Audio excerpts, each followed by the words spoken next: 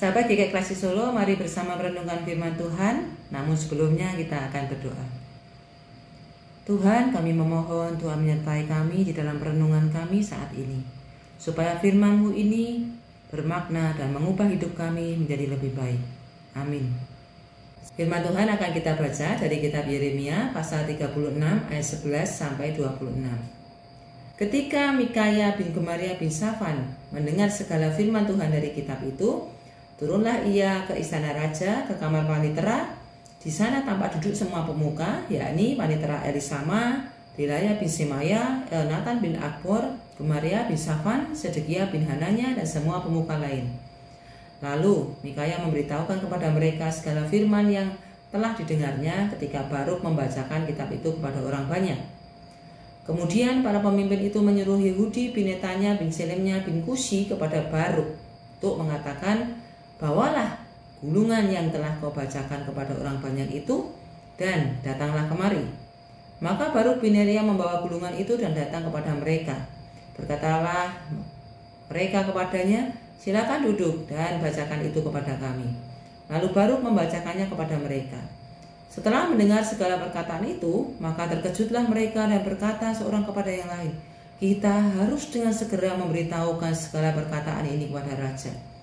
Bertanyalah mereka kepada Baruk, katanya, beritahukanlah kepada kami, bagaimana caranya engkau menuliskan segala perkataan ini? Jawab Baruk kepada mereka, segala perkataan ini langsung dari mulut Yeremia kepadaku, dan aku menuliskannya dengan tinta di dalam kitab. Lalu berkatalah para pemuka itu kepada Baruk, pergilah, sembunyikanlah dirimu bersama Yeremia. Janganlah ada orang yang mengetahui di mana tempatmu. Kemudian pergilah mereka menghadap raja di pelataran sesudah mereka menyimpan gulungan itu di kamar panitera Elisama. Mereka memberitahukan segala perkataan ini kepada raja. Raja menyuruh Yehudi mengambil gulungan itu. Lalu ia mengambilnya dari kamar panitera Elisama itu. Yehudi membacakannya kepada raja dan semua pemuka yang berdiri di dekat raja. Waktu itu adalah bulan yang ke-9 dan raja sedang duduk di balai musim dingin.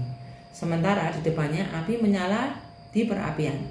Setiap kali apabila Yehudi selesai membacakan 3-4 lajur, maka raja mengoyak-oyaknya dengan pisau raut, lalu dilemparkannya ke dalam api yang di perapian itu, sampai seluruh gulungan itu habis dimakan api yang di perapian itu.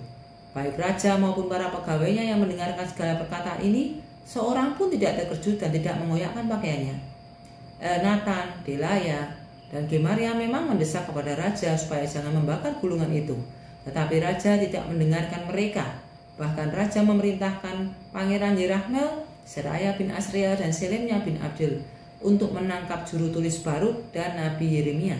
Tetapi Tuhan menyembunyikan mereka.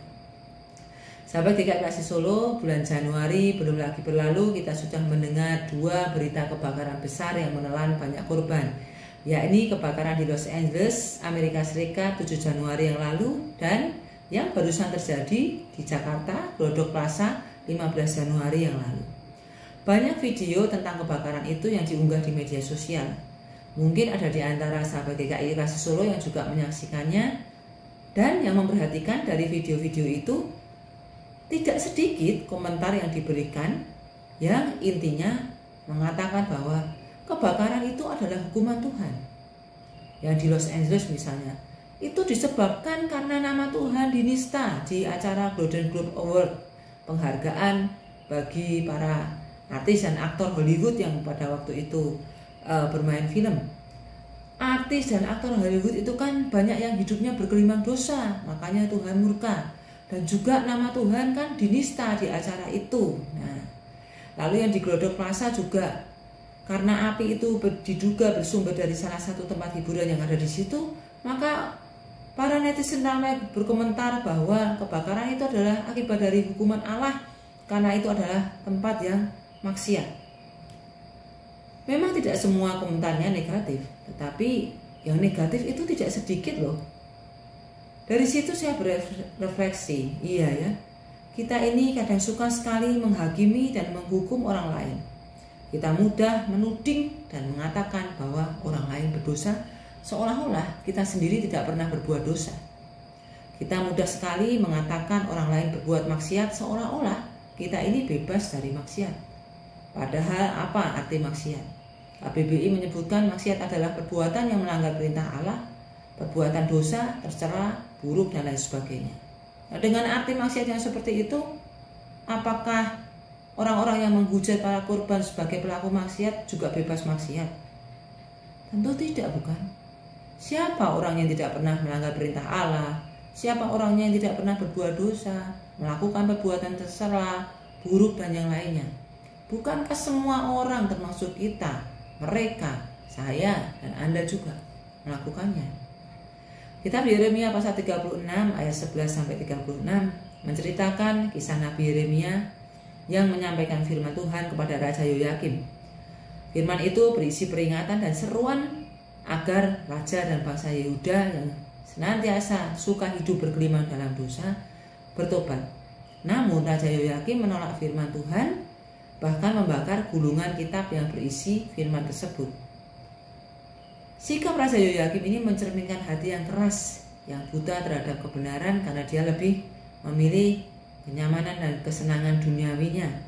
Bahkan Raja Yoyakim menunjukkan sikap yang suka menghukum orang lain, bahkan ingin melenyapkan mereka dari muka bumi ini. Ya, ini Yeremia dan Baruk yang disuruh oleh Tuhan untuk menyampaikan kebenaran itu. Daripada dia mengoreksi dirinya sendiri, di mana kesalahannya. Kisah ini menjadi cermin bagi kita. Seringkali kita seperti Raja Yoyakim, mudah menghakimi dan menghukum orang lain, tetapi lupa untuk mengintrospeksi diri kita sendiri. Kita cepat melihat kesalahan orang lain, tetapi abai terhadap kekurangan dan kesalahan diri sendiri. Dan bukankah hal ini sering terjadi dalam kehidupan kita sehari-hari, dalam keluarga misalnya? Ada orang tua yang menegur anaknya atau bahkan memarahi mereka karena bermain gadget terus-menerus. Tetapi dia sendiri kalau sudah asik bermain gadget, bermedia sosial, nonton drama berseri-seri, bisa berjam-jam dan lupa waktu, serta mengabaikan tugas-tugasnya.